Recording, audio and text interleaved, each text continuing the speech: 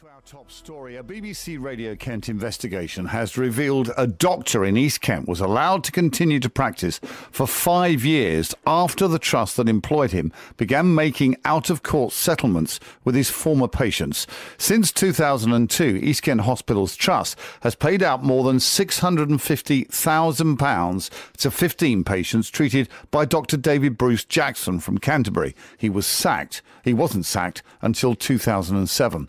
Well, the NHS in East Kent has this morning set up a helpline for patients who may have concerns about their treatment at the hands of Dr. Jackson. We'll give you the details of that number in a few minutes. But first, Simon Longprice has this report. The duties of a doctor registered with the General Medical Council. Patients must be able to trust doctors with their lives and health. I've had one very, very tragic case involving a young man who came under Mr. Jackson as a very young teenager with what one might call puppy fat around his breasts. Essentially, he was simply just a slightly chubby pubertal boy. And Mr. Jackson, in his wisdom, decided that the best course was not for this chap to go on a diet or to take a little bit more exercise or to perhaps indeed even wait until he'd come through the other side of puberty and see how things were, but to perform a rather radical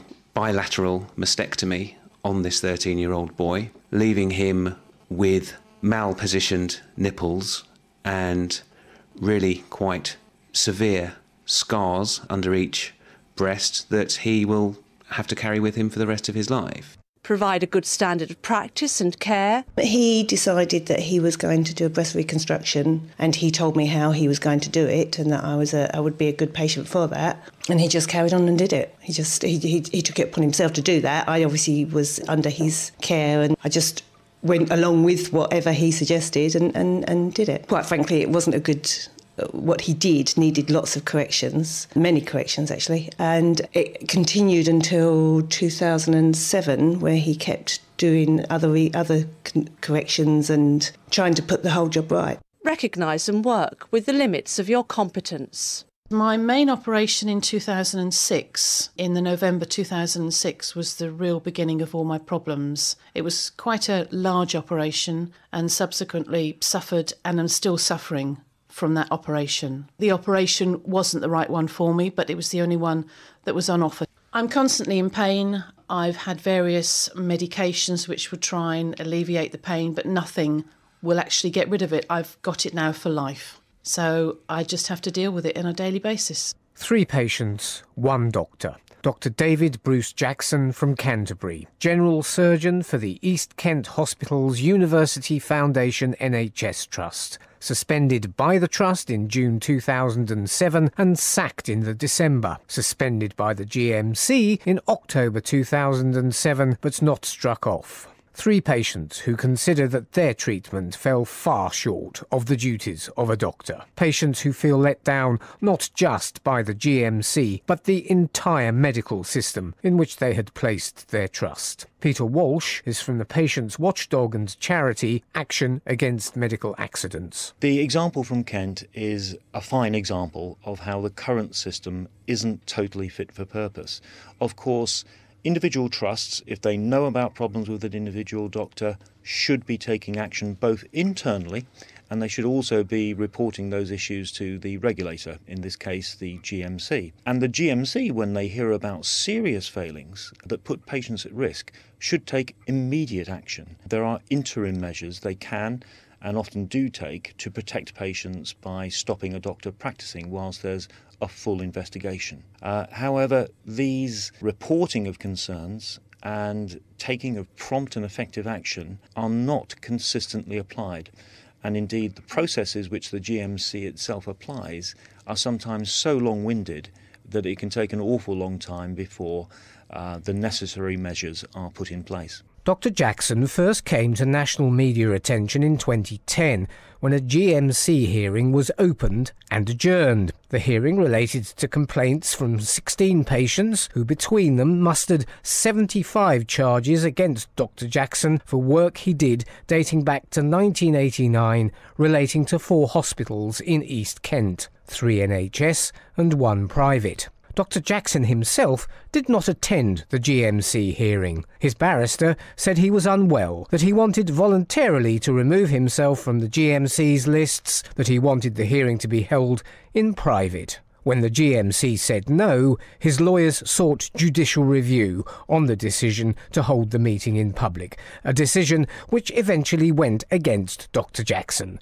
However, 2 years on, a full and public hearing has yet to take place. The second time that Dr. Jackson came to national media attention was last year. This time it was at an inquest into the death of one of his patients. He didn't turn up to this either. The 68-year-old patient, Jill Phillips, died in 2006 from cancer, but her family was convinced something hadn't been right and eventually forced the issue. At December's inquest, a senior pathologist apologised to the family and took the rare step of changing the wording of a death certificate and added to the record that an inappropriate operation had contributed to her death. An operation conducted by Dr. Jackson in 2004. He didn't take out the correct part of her bowel and left in place her cancer, from which she later died. The coroner recorded a verdict which stated that there had been serious failures amounting to neglect. Jill Phillips' daughter,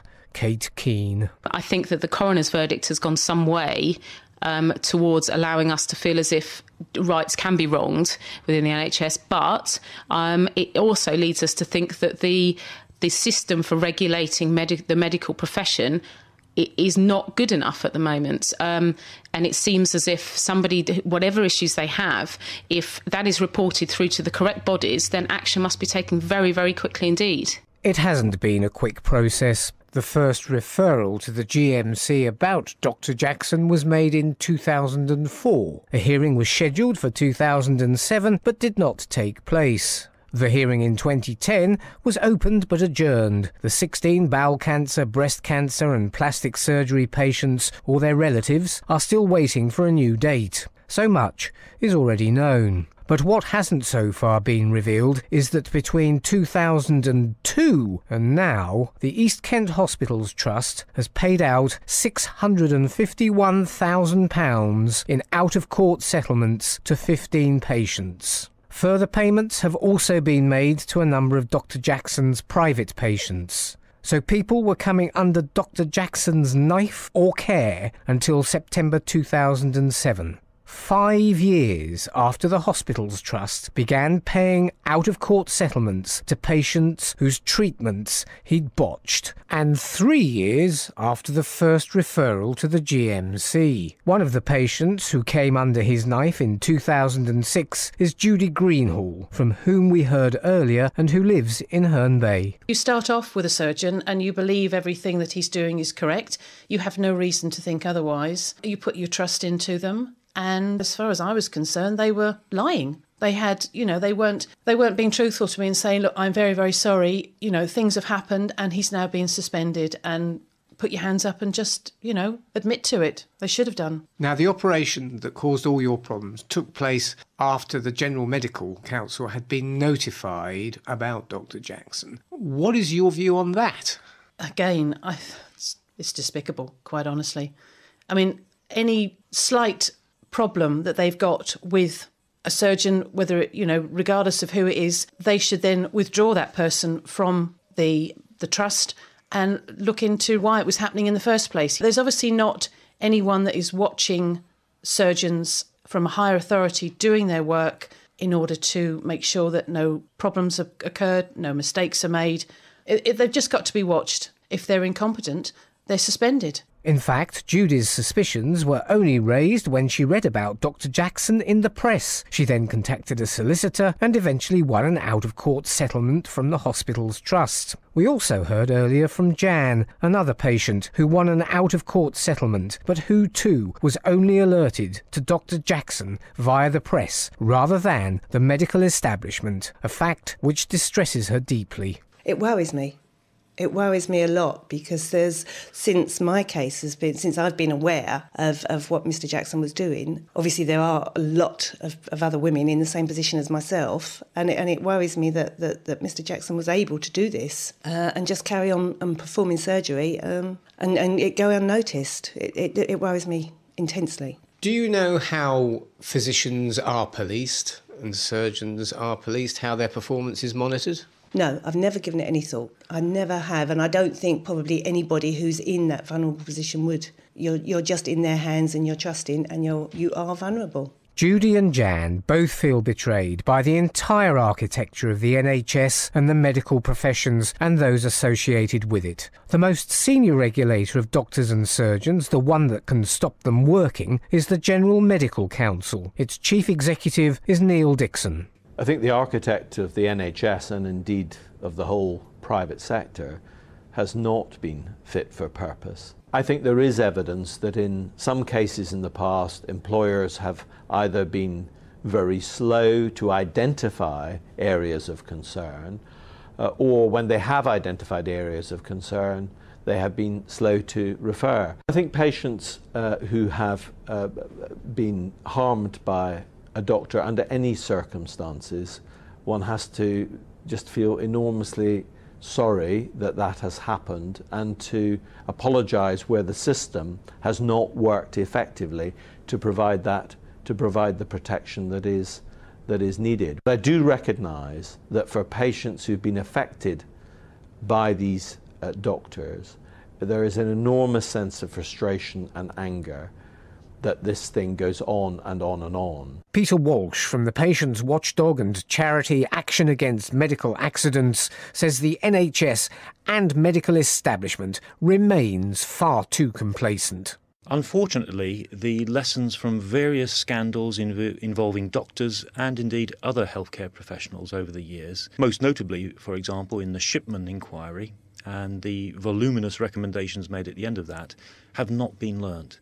We're still waiting for some serious gaps in the regulation of health professionals to be plugged. It is ridiculous that a doctor or indeed a nurse can have a multitude of clinical negligence claims made against them, and the regulatory body may not know anything about this. The GMC has gradually been improving itself. It's made some impressive strides to become an effective regulator of doctors, and developments such as revalidation and indeed of the introduction of responsible officers will help in that regard.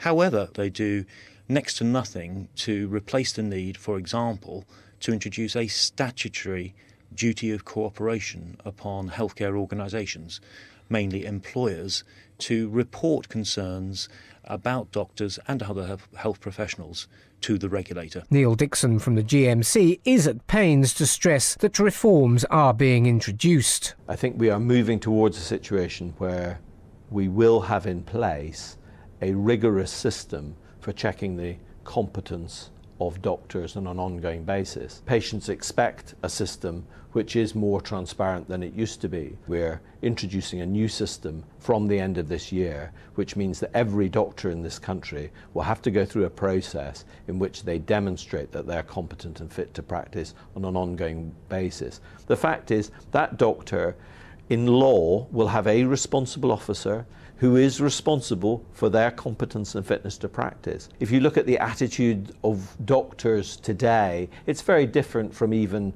10 or 15 years ago. They are much more open, they are much more willing to admit that they've made mistakes, they are more willing to engage with patients. How well established the new culture of transparency and accountability is perhaps open to doubt. We invited a health minister to interview. That was declined, with a statement drawing our attention to the introduction of revalidation and responsible officers. We invited the British Medical Association to join us. It declined and issued a statement saying it welcomes revalidation in principle, but it does have concerns about the new proposals to monitor doctors. We invited the NHS Litigation Authority to give an interview. It declined. And we invited East Kent Hospitals Trust to give its explanation of what happened there between 2002 and 2007. It declined, with a statement apologising to affected patients and saying that it has changed procedures. And of course, we sought an interview with Dr. Jackson. He